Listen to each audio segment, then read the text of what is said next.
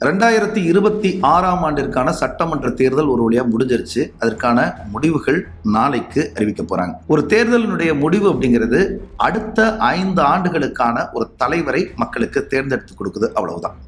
இந்த தேர்தலை பொறுத்த வரைக்கும் இது ஒரு வரலாறு காணாத தேர்தல்.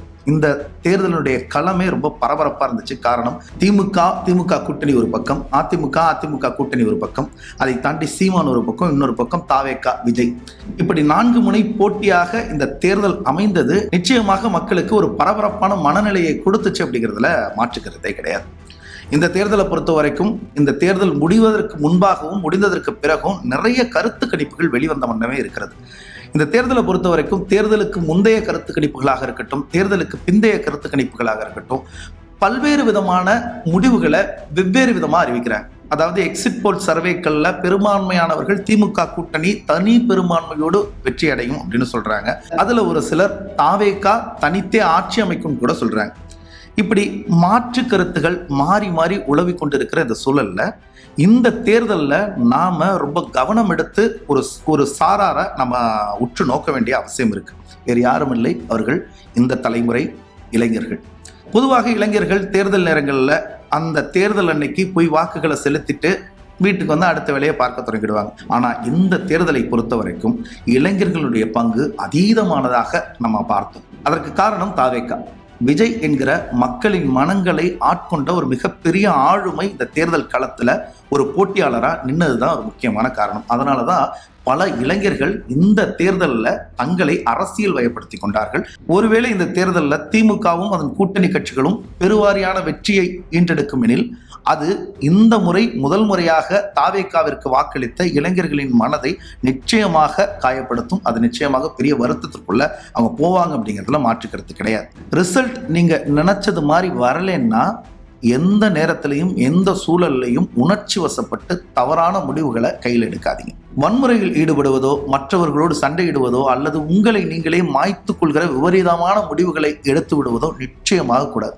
உங்க கோபம், உங்க ஏமாற்றம் எல்லாமே ஒரு ஹெல்த்தி பாலிடிக்ஸா மாறணும். இன்றைக்கு தோல்வி கிடைச்சா அது நீங்க கத்துக்க போற பாடமே தவிர அது உங்க அரசியல் வாழ்க்கையினுடைய முடிவு இல்லை அப்படிங்கிற தெளிவோட தேர்தல் முடிவுகளை எதிர்நோக்கி காத்திருங்க. பெற்றோர்களுக்கு இந்த நேரத்தில் ஒரு வேண்டுகோள், தேர்தலினுடைய ரிசல்ட் வர்ற அன்னைக்கு நீங்க உங்க குழந்தைகளுடைய மனநிலையை உற்று கவனிங்க, அவங்க கூடவே இருங்க.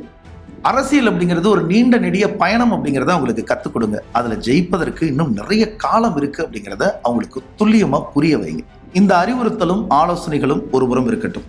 தேர்தல் முடிவுகள் வருவதற்கு முன்பாகவே ஆங்காங்கே நடக்கிற சில வன்முறை காட்சிகளை பார்க்கும் பொழுது மனசுக்கு நிஜமாகவே ரொம்ப சங்கடமாகவும் வருத்தமாகவும் இருக்கிறது.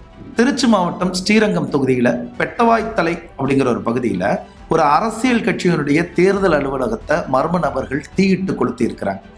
அங்க இருந்த பதாகைகளை அடிச்சு உடைச்சிருக்காங்க, கிழிச்சிருக்காங்க.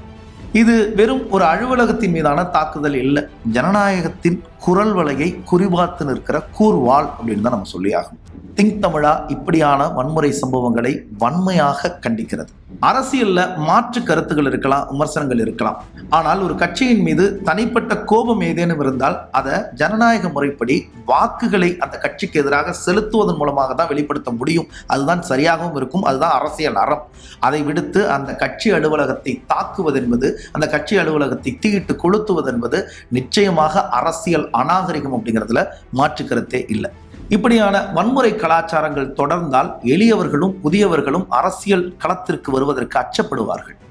இது ஓர் ஆரோக்கியமான ஜனநாயகத்திற்கு ஆபத்தை விளைவிக்கும்.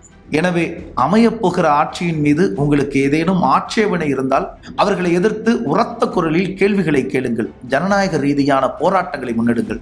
ஆனால் அது பொது அமைதிக்கு எந்த விதத்திலும் இடையூறை ஏற்படுத்திவிடக் கூடாது அப்படிங்கிறதுல நாம் அத்தனை பேரும் உறுதியோட நிற்கணும். வாக்கு எண்ணிக்கை நேர்மையாக நடக்கும்னு நம்புவோம். அதிக வாக்குகளை பெற்று ஆட்சி கட்டிலில் அரியணை ஏறப்போகிறவர்கள் அடுத்த 5 ஆண்டுகளுக்கு மக்களின் தேவைகளை உணர்ந்து அவர்களின் உணர்வுகளை உள்வாங்கி எல்லோருக்கும் ஏற்ற ஓர் நல்ல ஆட்சியை தருவார்கள் என்கிற நம்பிக்கையோடு இந்த வீடியோவை நிறைவு செய்கிறோம். இந்த வீடியோவை குறித்தும் வரவிருக்கிற தேர்தலில் முடிவுகளை குறித்தும் உங்களுடைய அனுமானங்களை கமெண்ட்ல சொல்லுங்க. நன்றி, வணக்கம்.